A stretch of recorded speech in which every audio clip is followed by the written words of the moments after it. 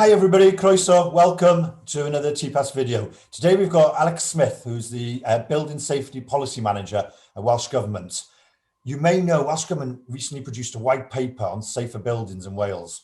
It's big, it's comprehensive, they put a lot of work into it, and it's also 123 pages long. So we felt we needed just to have somebody like Alex just talk about what it is, because I think there's some real, it's not just about technical standards.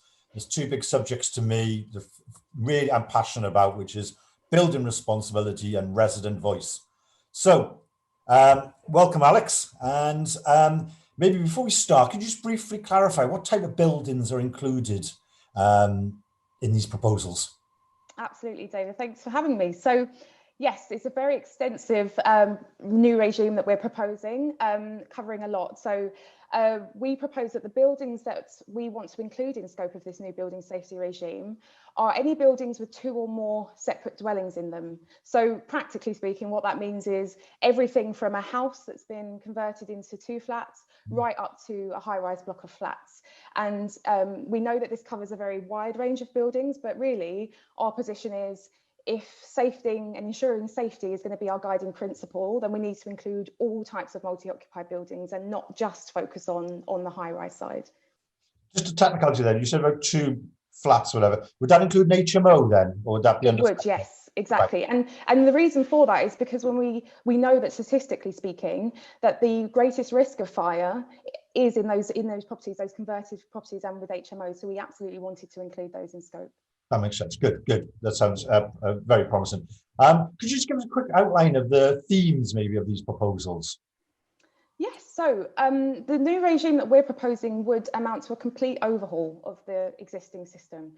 And there are a number of key things that we really want to achieve with that. And that is, firstly, establishing clear lines of accountability. And this is by creating new roles, duty holder roles, and new responsibilities for those individuals that design, that build those buildings, that own them, and that ultimately manage them when people start to live in those buildings. So we're looking to implement these changes right across the building life cycle. And we're also wanting to include a new raft of safety measures that will apply throughout this life cycle. So what we're really trying to achieve with all of this is to make sure that safety is really at the core of everything to do with the buildings that we build and live in, and that it's being constantly monitored and reviewed.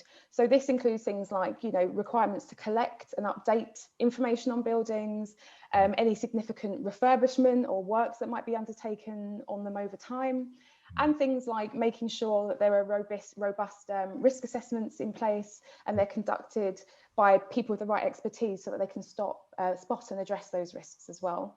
Okay. And we also want to establish a much stronger regulatory regime.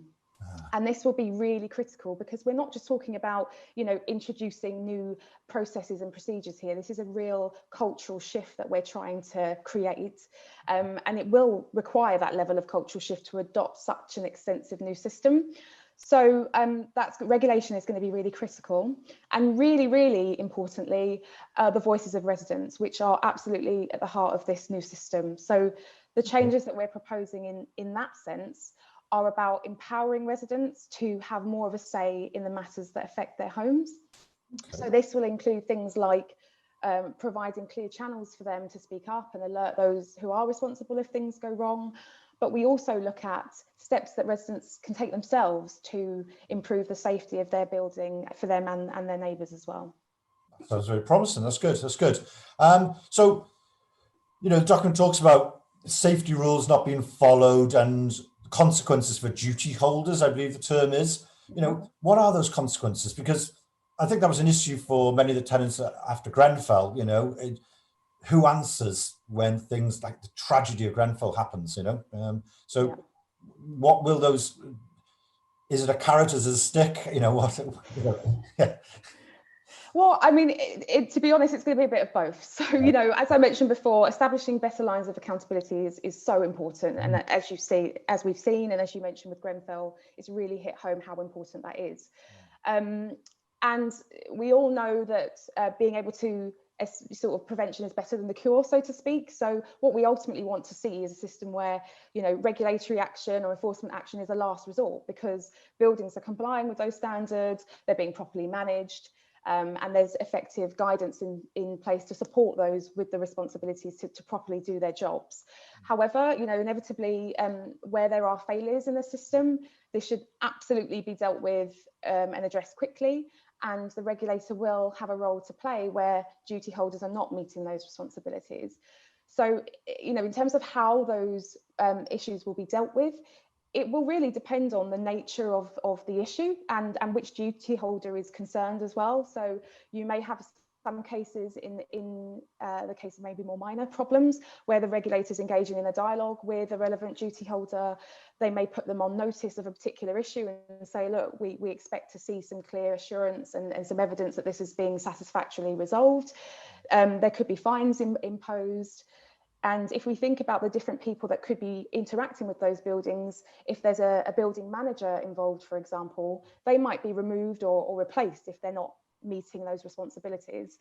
And when we think about the kind of more severe end of the scale, some of the changes that we're proposing, you know, a failure to meet them could amount to a criminal offence, essentially. So, you know, there would be a range of sanctions. But what we do know is that they do need to be robust in order to make the system work as a whole. Good. That sounds good. And I think that, you know, increased responsibility and power, and then matched with this, the minister talked in the overview about proposals to empower residents with enhanced rights and stronger voice. I think you've touched on it already, but maybe could you just, because that'll be of interest, obviously, to a number, you know, to tenants, this empowered residents. What does that really mean? You know, can you give me some examples of what that is?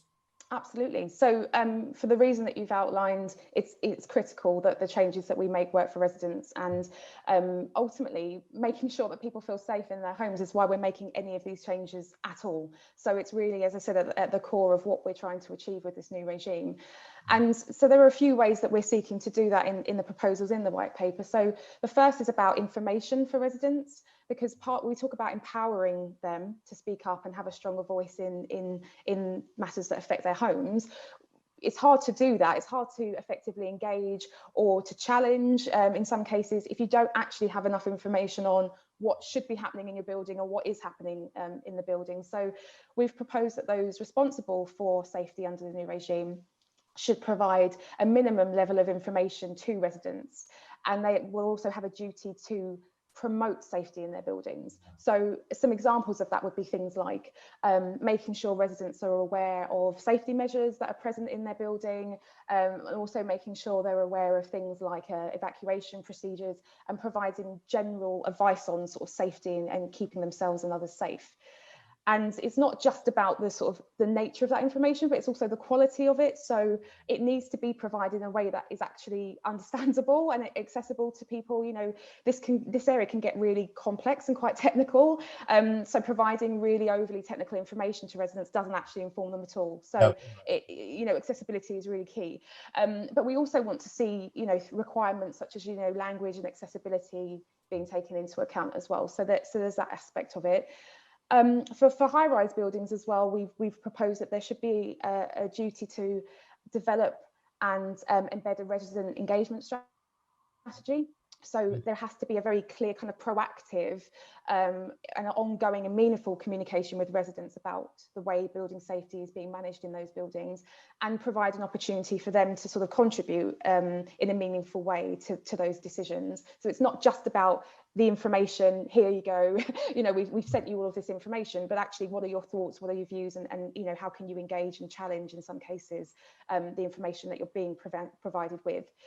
And I think the last point around that, I would just highlight at this point, is around the complaints and concerns, because, you know, with the best will in the world, sometimes things go wrong or things don't go as planned. It's really important to make sure that resident voice is properly listened to and is respected and acted on when they raise concerns. And as you've mentioned, Grenfell has highlighted, you know, when that isn't done, the catastrophic Absolutely. Consequences that can result. So we really want to see sort of clear complaints procedures for high-rise buildings, and not just saying here is my complaints procedure and it exists, but what evaluation are you doing about how effective they are? Are they being used? Is there trust and confidence in them?